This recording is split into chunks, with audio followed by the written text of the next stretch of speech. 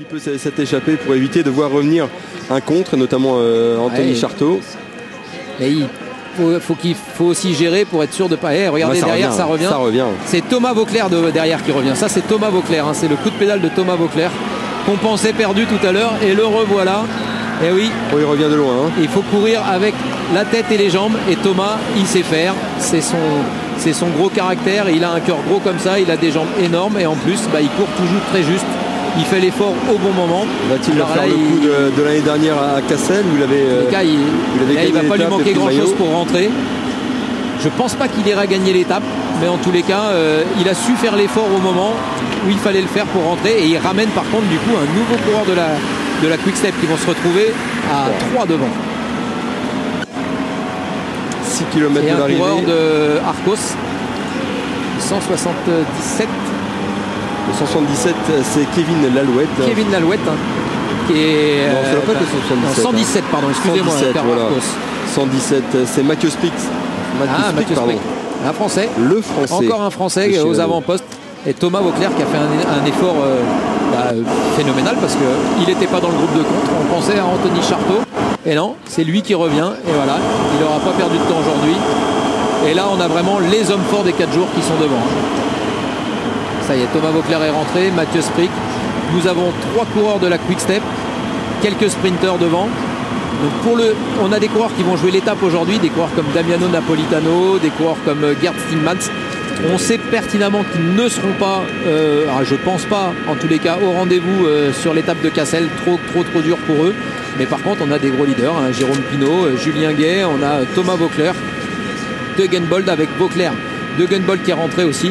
Voilà que là on a vraiment les gros leaders du classement, du futur classement général. Alors à 5 km de l'arrivée, une dizaine de coureurs en tête, derrière un petit groupe qui s'est également formé. Devant on retrouve notamment Pierrick Fedrigo, Thomas Vauclair, 2 gros morceaux. Thomas Vauclair, je vous le rappelle, hein, le vainqueur en titre ici aux 4 jours de Dunkerque. Et puis c'est lui qui a donné sa patte, c'est lui qui a attaqué dans le Cap Blanc-Nez pour revenir. On ne l'attendait pas, on ne le voyait pas dans le groupe de contre. Et finalement, il est revenu, il est ressorti. C'est d'une signe de grande forme et de grosses conditions. Oui, donc on a d'un côté, on a Pinault et Stegmans d'un côté. Même un troisième, hein, il y en a un troisième qui est rentré. On n'a pas vu le dossard. D'ailleurs, c'est celui qui est en train de rouler pour le moment. Mais Cofidis qui reste. Ça se regarde un petit peu, tout le monde a intérêt à rouler, tout le monde se pose des questions parce que ils savent très bien qu'avec 3 quick steps, ça discute, hein, ça va être compliqué, mais il y en a qui doivent penser au général et pas penser à l'étape d'aujourd'hui. Même si quand on peut gagner, il vaut mieux gagner. On a vu Stigman donner ses conseils certainement à un de ses équipiers. C'est Jérôme Pinault qui va rouler évidemment. Voilà, oui. Fedrigo s'est écarté, on se regarde un petit peu. Julien Gay qui va reprendre la tête et qui va emmener ce groupe. 3 quick step, on peut faire une course d'équipe là-dedans. Ça risque de leur servir vraiment dans le final. Les Aqua et Sapone qui sont représentés avec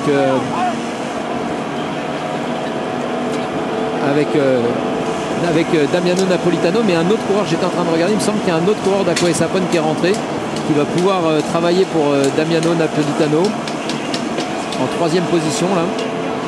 Alors, est-ce que ça va se jouer au sprint, cette première arrivée de la 50e maintenant, oui, parce qu'il y a 3 coureurs de la Quick Step, 2 coureurs d'Aqua et Sapone, donc eux vont faire en sorte que ça arrive. Ils ont tous les 2 sprinteurs, enfin un sprinter dans leur rang, donc en tous les cas, ils vont faire en sorte que ça arrive au moins groupé et que leur sprinter arrive devant. Donc, je ne pense pas qu'il faille attaquer, il faut essayer d'attaquer pour gagner parce que face à ces 2 coureurs, ça va être très compliqué. Mais avec 3 coureurs de la Quick Step et 2 d'Aqua et Sapone, il est très compliqué de se dire qu'on va les laisser partir. Personne ne va se regarder. Donc maintenant, ceux qui jouent le général doivent continuer à rouler en se disant c'est de l'avance de prise sur ceux qui sont derrière et qui auraient peut-être été piégés. Mais les gros leaders sont là. Mais en attendant, nous avons des équipiers qui vont être là pour faire en sorte que ça arrive groupé. On a pu voir il y a quelques secondes, c'était Thomas Vauclair qui regardait derrière justement l'écart avec les poursuivants. Peut-être que Thomas a une idée derrière la tête. De toute façon, là, Thomas, maintenant, son pari, il est pour aujourd'hui, je vais dire, gagné. Il ne va pas avoir perdu de temps. Il va être resté au contact des meilleurs. Et en plus, c'est lui qui a fait l'effort et qui a su boucher le trou. Donc maintenant, lui, il faut qu'il reste au contact. Peut-être surprendre à un moment. Il ne suffit de pas grand-chose. Même s'ils sont 3, la Quick Step, c'est pas gagné. Quand on voit justement un cours de Quick-Step prendre l'Omega Pharma Lotto et pas forcément l'équipe qui va gagner aujourd'hui. Hein. Rien n'est écrit. Omega Pharma, Quick-Step, Omega Pharma, pas Lotto. Lotto n'est pas présent. Pas là. Omega Pharma Lotto. D'ailleurs, Lotto pas présent alors qu'ils ils ont leur siège à 50 km de Dunkerque, c'est un petit peu dommage. Et surtout que l'étape de dimanche à Popringue est sponsorisée par Lotto justement. Et le Cofidis Zingle qui attaque, qui tente de s'échapper, ça se regarde un peu derrière. Il y a Gay, c'est Julien Gay qui fait l'effort pour recoller derrière le Belge. D'ailleurs, ça essaie de recoller, mais Zingle a porté une très belle attaque. Une très très belle attaque qui va faire mal. Il y a des gens qui se regardent derrière, ça va recasser encore. On a 4 km de l'arrivée. Il y a des cassures dans le peloton, un gros peloton en file indienne, encore un autre peloton scindé en 3 morceaux. Zingle, évidemment c'est un Quick-Step qui vient rechercher. Jérôme Pinault, Thomas Vauclair, Pierrick Frédrigo, Gerd Stigmans et Julien Gay. Voilà, il paraît bien quand même Thomas Vauclair. Regardez-le. Là s'écarte. Le coureur de la Quick-Step qui s'écarte et Thomas Vauclair qui mène ce groupe devant Pierrick Frédrigo. Ça y est, c'est revenu, le groupe s'est recomposé. C'est très nerveux. Le coureur de Aqua et Sapone est un petit peu limite, l'équipier de Daniele Napolitano. Il reste 3 km avant cette première arrivée ici à Coquel. Là, attention, parce que du coup c'est un pari, on joue l'étape, mais aussi c'est pas loin derrière. Et voilà, exactement, on creuse pas peut-être l'écart qu'il aurait pu, les 10, 15, 20 secondes qu'on a besoin pour aller gagner les 4 jours de Dunkerque, même si on sait que les hommes qui sont devant aujourd'hui font partie des hommes forts et qu'il est fort possible qu'on les retrouve dans 2-3 jours. C'est Bretagne Schuller qui roule derrière avec la Sorso Jason, Jimmy Angoulevent, Cofidis qui reste présent, placé. C'est la FDJ qui remonte qui remonte un petit sprinter. Il est important aussi d'être placé pour le par équipe. Jimmy Angoulevent qui roule. Ouais, ça roule beaucoup.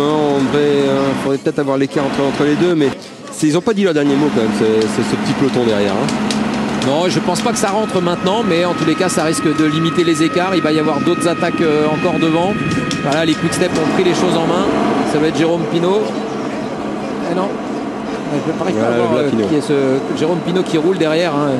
Il y a 20 secondes, on n'a pas d'information de temps. Vous voyez, il y a 10 secondes sur le premier peloton, même pas 10 secondes sur le premier peloton. Et 3 km, c'est pas encore gagné, c'est pas encore fait. Et c'est peut-être là que Thomas Vauclair risque de surprendre tout le monde parce qu'on connaît Thomas, il va attaquer. On l'a vu. Il va attendre un endroit un peu opportun, un moment où tout le monde va se regarder et il va placer une attaque qui va faire mal, c'est sûr. Et Pierrick, lui, a plutôt envie de faire rouler, mais vous voyez, on laisse rouler la Quick-Step tout seul. Et Julien Gay, toujours bien placé en 3e position derrière Pierrick Frédrigo. Ça y est, encore attaque. Zingle. C'est Zingle, encore. Vauclair dans la roue. Vauclair, Zingle. Voilà. À 1 km de l'arrivée. Voilà. Donc on n'a pas la bonne information kilométrique en haut. Attention, on est à 1 km de l'arrivée alors qu'on pensait qu'on était à 3 km tout à l'heure. Donc Thomas qui reste bien placé. Daniele Napolitano qui est très rapide au sprint. Attention, on a dit que c'était un sprint Vando. Donc et Degenbold aussi de la Omega. Ça commence à se regarder. Ça se regarde. Quick-Step vont certainement faire une course d'équipe. Ils préparent le terrain pour Stigman. Ah oui, c'est quasi sûr là. Ouais, ça va sortir. Et Daniele Napolitano qui va relativement vite aussi. Thomas Vauclair, on sait c'est Thomas Vauclair qui lance. Vauclair lance le sprint. C'est un sprint Vando, donc ça va aller très très vite.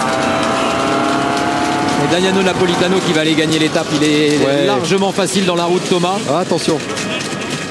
Hop. Il est enfermé, il va pas pouvoir y aller. Non. Arcos. Et voilà, c'est le numéro 111, Degenbold. Degenbold qui gagne l'étape. Fait partie des favoris. Le coureur de l'Argos Shimano qui s'est imposé. Belle victoire parce que Daniele Napolitano était dans la roue de Thomas Vauclair et il a attendu. Et peut-être un petit peu attendu de trop. 12 secondes d'écart avec le peloton qui arrive groupé derrière. Belle victoire, quasi groupé, il doit y avoir une grosse cassure. On va voir un autre peloton. Le peloton était était partagé en 3 morceaux. Et les Quickstep se sont fait avoir. Ils étaient trois présents dans ce groupe de tête. Et finalement, c'est Degenkolb qui s'est imposé. Belle victoire. Hein. Oui, qui avait déjà remporté 6 victoires cette saison. Ouais, on voit son sourire. Très bien. C'est une belle victoire aujourd'hui parce qu'il est revenu de derrière aussi. Il a su faire l'effort au moment où il fallait. On le voit, ils sont loin, ils ne peuvent pas y aller. Ils font tous les trois pas un bon sprint. Mais belle course. 3e place pour lundi, mais qui sont déjà présents pour cette première étape ici à Coquelles.